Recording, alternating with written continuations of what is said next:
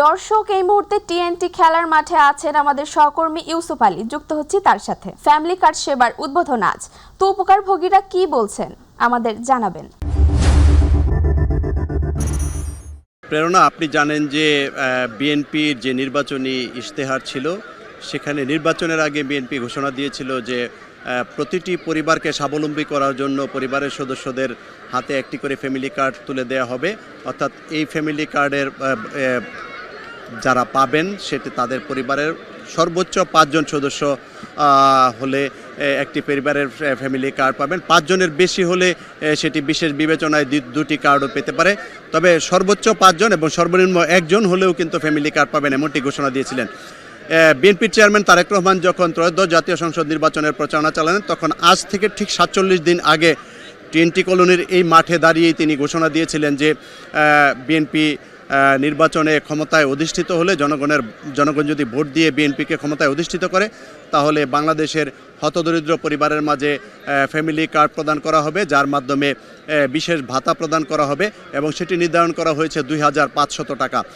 একটি বিষয় তিনি প্রমাণ করেছেন যে নির্বাচিত হওয়ার 1 মাস পার না হতেই তিনি তার যে নির্বাচনী প্রতিশ্রুতি, সেই প্রতিশ্রুতির প্রথমটি বাস্তবায়ন করতে যাচ্ছেন আজকে যাদের হাতে ফ্যামিলি কার্ড তুলে দেওয়া হবে, সেই ফ্যামিলি কার্ড তুলে দেওয়ার মাধ্যমে নির্বাচনী যে অঙ্গীকার ছিল সেই প্রথম অঙ্গীকার বাস্তবায়িত হচ্ছে।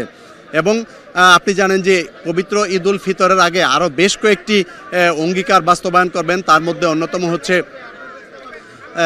মসজিদের খতিব, ইমাম এবং মুয়াজ্জিন এবং অন্যান্য যেসব ধর্মীয় প্রতিষ্ঠান রয়েছে, হিন্দু, বৌদ্ধ, খ্রিস্টান, তাদের ধর্মের যেসব শীর্ষ নেতৃবৃন্দ রয়েছেন, তাদেরকে তারা সেখানে ফ্যামিলি কার্ড এই ভাতা দেওয়া হবে এবং সেটি পবিত্র ঈদ উল ফিতরের আগেই হয়তো দেয়া হবে। এছাড়া খাল খনন কর্মসূচির যে আরেকটি প্রতিশ্রুতি দিয়েছিলেন, সেটিও হয়তো এই মাসেই বাস্তবায়ন করা হবে।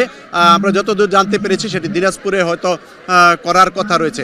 তবে একটি বিষয় বলতে পারি যে তারেক রহমান যেটি বলেছেন যে অর্থাৎ দেশের উন্নয়নের স্বার্থে কোনো কথার ফুলঝুরি নয়, তিনি বাস্তবায়ন চান। অর্থাৎ তিনি যেসব কথা বলেন সেগুলো তিনি বাস্তবায়ন করতে চান, যাতে করে দেশের মানুষ যেভাবে বিএনপির প্রতি আস্থা রেখেছে এবং বিএনপিকে ভোট দিয়ে নির্বাচিত করেছে, সেজন্য তিনি দেশের মানুষের প্রতি কৃতজ্ঞতা স্বরূপ তিনি যেসব অঙ্গীকার ব্যক্ত করেছেন সেসব অঙ্গীকার তিনি বাস্তবায়ন করতে চান এবং সেই অঙ্গীকার বাস্তবায়নের মাধ্যমে তিনি দেশের মানুষকে প্রমাণ করতে চান যে বিএনপি পূর্বে যেমন দেশ পরিচালনা করে সফল হয়েছে, তাদের সেই অতীত অভিজ্ঞতাকে কাজে লাগিয়ে আবারও নতুন করে নতুন বাংলাদেশ গড়তে চান, যেটি 2024-এর ছাত্র জনতার ঐক্যবদ্ধ আন্দোলনের মাধ্যমে মানুষের যে প্রত্যাশা ছিল নতুন বাংলাদেশ, সেই নতুন বাংলাদেশ গড়ার লক্ষ্যে তিনি কাজ করতে চান।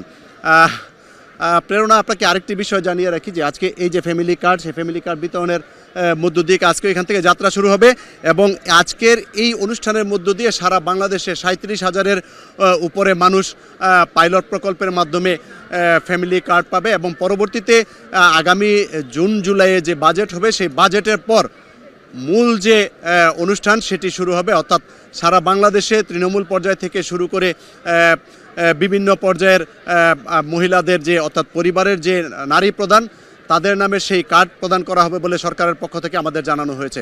প্রেরণা, কিছুক্ষণের মধ্যেই প্রধানমন্ত্রী তারেক রহমান ফ্যামিলি কার্ড প্রদানের জন্য আমার পেছনে যে মঞ্চটি দেখতে পাচ্ছেন সেই মঞ্চে উঠবেন এবং তার নির্বাচনী এলাকায় ফ্যামিলি কার্ড প্রদানের মধ্য দিয়ে আজকে এই কর্মসূচির উদ্বোধন করবেন। প্রেরণা, টিএনটি মাঠ থেকে এই ছিল আমার কাছে তথ্য। প্রেরণা। ইউসুফ, আপনাকে ধন্যবাদ।